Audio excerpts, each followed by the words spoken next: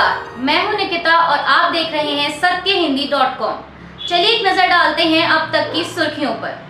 उत्तर प्रदेश के शाहजहांपुर में एक बड़ा सड़क हादसा हुआ है। जानकारी के अनुसार इस हादसे में एक ट्रैक्टर ट्रॉली पुल से नीचे गिर गई है। घटना के समय इस ट्रैक्टर ट्रॉली में बड़ी संख्या में लोग सवार थे, जिसके तुरंत बाद ही स्थानीय प्रशासन ने राहत और बचाव का कार्य शुरू कर दिया। अभी तक मिल रही जानकारी के अनुसार इस घटना में 11 से ज्यादा लोगों की मौत हो चुकी है, जबकि कई लोग गंभीर रूप से घायल हैं। इस घटना को लेकर पीएम मोदी ने मुआवजे का भी ऐलान किया है। पीएम मोदी ने घटना पर दुख व्यक्त करते हुए इस घटना में जान गंवाने वालों को 2 लाख रुपए और घायल हुए लोगों को 50,000 रुपए का मुआवजा देने का ऐलान किया है। राजस्थान के दौरे पर गृह मंत्री अमित शाह ने भरतपुर में बूथ स्तरीय पार्टी कार्यकर्ताओं की बैठक को संबोधित करते हुए कांग्रेस में चल रही उथल पुथल पर हमला बोलते हुए कहा कि पायलट किसी भी बहाने धरने पर बैठ जाते हैं, लेकिन उनका नंबर नहीं आएगा, क्योंकि कांग्रेस पार्टी की तिजोरी भरने में उनका योगदान कम और गहलोत का योगदान ज्यादा है। उन्होंने आगे कहा कि गहलोत ने राजस्थान सरकार को भ्रष्टाचार का अड्डा बना दिया है और राज्य को लूट लिया है। भ्रष्टाचार का यह पैसा कांग्रेस पार्टी के खजाने में चला गया। शाह ने 2008 ब्लास्ट के आरोपियों के बरी होने को लेकर कहा कि विस्फोट पीड़ितों की मौत पर सरकार वोट बैंक की राजनीति कर रही है। उन्होंने कहा राजस्थान में 3D सरकार है, जिसमें डी का मतलब दंगे, महिलाओं के साथ दुर्व्यवहार और दलित अत्याचार है। राजस्थान में हुए मुसलमानों पर सर्वे के बाद AIMIM प्रमुख असदुद्दीन ओवैसी ने प्रेस कॉन्फ्रेंस कर कहा कि इस सर्वे में चौंकाने वाली बातें सामने आई हैं, जैसे हायर एजुकेशन में मुस्लिम सिर्फ 2% हैं और मुसलमानों से ज्यादा जमीनें SC/ST के पास हैं। उन्होंने कहा कि मुसलमानों की ऐसी 82 बिरादरियां हैं जिनको आरक्षण दिया जाना चाहिए। ओवैसी ने ये भी कहा कि इस मामले में आगे बातचीत करने के लिए उन्होंने राजस्थान के मुख्यमंत्री अशोक गहलोत से भी समय मांगा है। मीडिया से बात करते हुए उन्होंने कहा कि राजस्थान सरकार को ये रिपोर्ट सौंपी जाएगी और अगर गहलोत समय देते हैं तो रमजान के बाद उनसे मिलने जाऊंगा। दिल्ली आबकारी नीति मामले में CBI के अरविंद केजरीवाल को पूछताछ के लिए समन के बाद से ही दिल्ली के मुख्यमंत्री केजरीवाल CBI और ED पर हमलावर हैं। शनिवार को हुई प्रेस कॉन्फ्रेंस में केजरीवाल ने कहा था कि मैंने दिल्ली विधानसभा में जिस दिन भ्रष्टाचार के खिलाफ बोला था, उसी दिन मैं जान गया था कि अगला नंबर मेरा होगा। प्रेस कॉन्फ्रेंस के बाद केजरीवाल ने ट्वीट कर कहा कि वह झूठी गवाही देने और अदालतों में झूठे सबूत पेश करने के लिए CBI और ED के अधिकारियों के खिलाफ केस दर्ज करेंगे। आबकारी नीति मामले को लेकर आप प्रमुख ने कहा कि ED CBI ने 100 करोड़ रुपए की घूस लेने का आरोप लगाया। उन्होंने 400 से अधिक छापे मारे, लेकिन यह रकम नहीं मिली। CBI ED ने आबकारी नीति मामले में अदालत में झूठे हलफनामे दायर किए। वे मनीष सिसोदिया और मेरे खिलाफ गवाही देने के लिए लोगों को प्रताड़ित कर रही है। पूर्व उप मुख्यमंत्री मनीष सिसोदिया को लेकर उन्होंने आगे कहा कि मनीष सिसोदिया पर आरोप है कि उन्होंने अपने 14 फोन तोड़ दिए। फिर ED कह रही है कि उसमें से 4 फोन उनके पास हैं और CBI कह रही है कि 1 फोन उनके पास है। अगर उन्होंने फोन तोड़े हैं तो उनके पास फोन कैसे आए? इन लोगों ने झूठ बोलकर केस बनाए और बोला कि शराब घोटाला हुआ है। आबकारी मामले में पूछताछ के लिए बुलाए जाने पर केजरीवाल के CBI और ED पर किए गए ट्वीट को लेकर बीजेपी ने केजरीवाल पर पलटवार किया है। बीजेपी के केंद्रीय मंत्री किरण रिजिजू ने CM केजरीवाल पर हमला बोलते हुए उनके ट्वीट पर जवाब देते हुए कहा कि ये बताना भूल गए कि अगर माननीय अदालत आपको दोषी ठहराती है तो क्या आप उसके खिलाफ भी मामला दायर करेंगे? कानून को अपना काम करने दें और हमें कानून में विश्वास रखना चाहिए। उन्होंने अपने ट्वीट में आगे लिखा कि ED CBI के खिलाफ कोर्ट जाओगे और अगर कोर्ट भी खिलाफ गई तो फिर कोर्ट के खिलाफ भी जाओगे। किरण रिजिजू के बाद बीजेपी के केंद्रीय मंत्री अनुराग ठाकुर ने भी दिल्ली के मुख्यमंत्री अरविंद केजरीवाल पर तीखा हमला बोला है। CBI और ED के दुरुपयोग के आरोपों पर अनुराग ठाकुर ने ट्वीट कर कहा कि आम आदमी पार्टी के मुख्यमंत्री अरविंद केजरीवाल का भ्रष्ट चेहरा बेनकाब हो गया है। उन्हें CBI को बताना चाहिए कि उन्होंने और उनके सहयोगियों ने शराब घोटाले से कितना पैसा निकाला। विडंबना यह है कि भ्रष्ट मंत्रियों के कैबिनेट का नेतृत्व कर रहे केजरीवाल खुद को भारत में एकमात्र ईमानदार व्यक्ति बता रहे हैं। उल्टा चोर कोतवाल को डांटे का सटीक उदाहरण। बीजेपी प्रवक्ता गौरव भाटिया ने एक प्रेस कॉन्फ्रेंस के दौरान दिल्ली की कथित शराब नीति घोटाला मामले को लेकर दिल्ली के मुख्यमंत्री अरविंद केजरीवाल पर निशाना साधते हुए कहा कि अरविंद केजरीवाल जी, जिस मीटिंग में शराब घोटाला रचित किया जाता है उसकी अध्यक्षता आप कर रहे थे। तो आप पर गाज क्यों नहीं गिरनी चाहिए। बीजेपी प्रवक्ता ने कहा कि अरविंद केजरीवाल जनता को बताएं कि उनकी समीर महेंद्रू से फेस टाइम पर बात हुई या नहीं।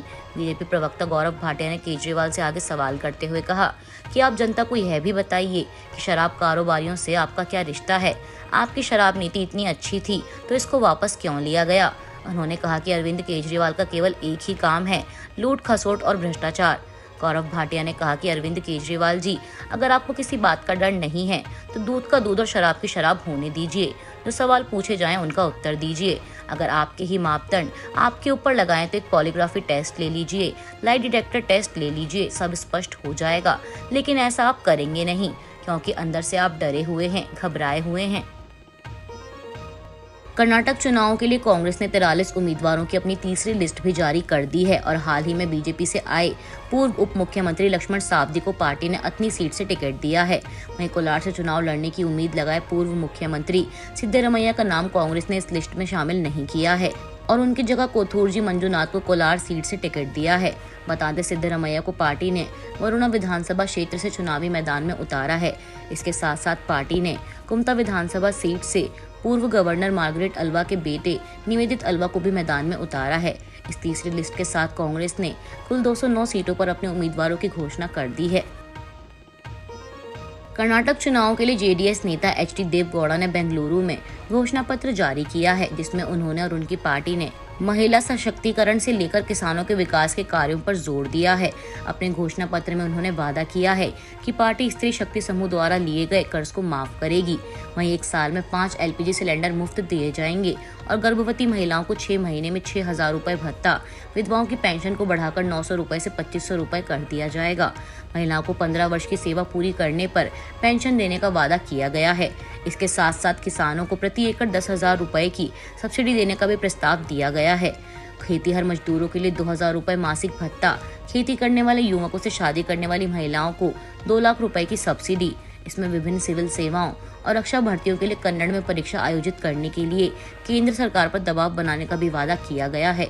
पार्टी ने यह भी वादा किया है कि अगर वह सत्ता में आई तो निजी क्षेत्र में कन्नडिगों के लिए आरक्षण प्रदान करने के लिए कानून लाएगी।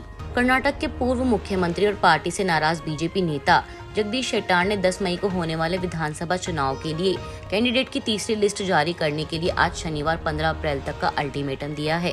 बता दें, अभी तक बीजेपी ने उम्मीदवारों की 2 लिस्ट जारी की है, जिसमें पार्टी 224 में से 213 नामों की घोषणा कर चुकी है और 11 नामों की घोषणा होना अभी बाकी है।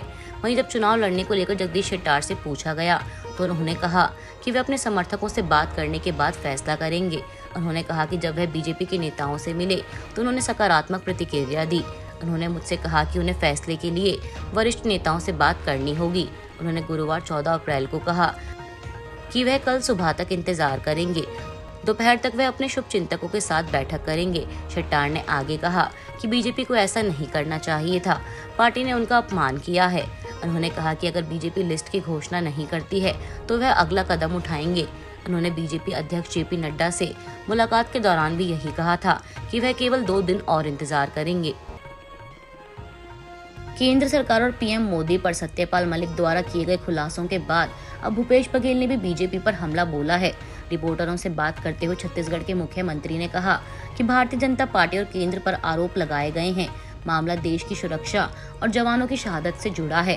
अगर तत्कालीन राज्यपाल ने इस तरह के बयान और आरोप लगाए हैं तो केंद्र को इसका जवाब देना चाहिए। बता दें कि इंटरव्यू में जम्मू कश्मीर के पूर्व गवर्नर सत्यपाल मलिक ने पुलवामा हमले पर कहा था कि केंद्रीय रिजर्व पुलिस बल ने घटना से पहले एक विमान की मांग की थी, लेकिन केंद्रीय गृह मंत्रालय ने इस अनुरोध को अस्वीकार कर दिया था। भगोड़े हीरा कारोबारी मेहुल चौकसी को विदेश की एक कोर्ट में जीत हासिल हुई है।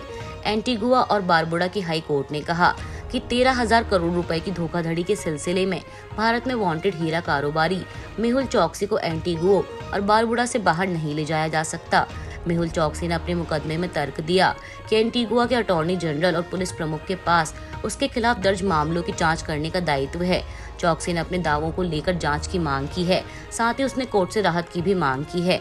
उसने मांग करते हुए कहा था कि 23 मई 2021 को एंटीगुआ और बारबुडा से उसके जबरन अपहरण की गहनता से जांच होनी चाहिए। मामले की सुनवाई के बाद कोर्ट ने अपने फैसले में कहा कि कोर्ट के आदेश के बिना एंटीगुआ और बारबुडा की सीमा से मेहुल चौकसी को बाहर नहीं ले जाया जा सकता है। कोर्ट ने अपने आदेश में कहा कि डोमिनिकन पुलिस इस बात की पुष्टि करे कि क्या चौकसी को उसकी इच्छा के खिलाफ जबरन ले जाया गया था।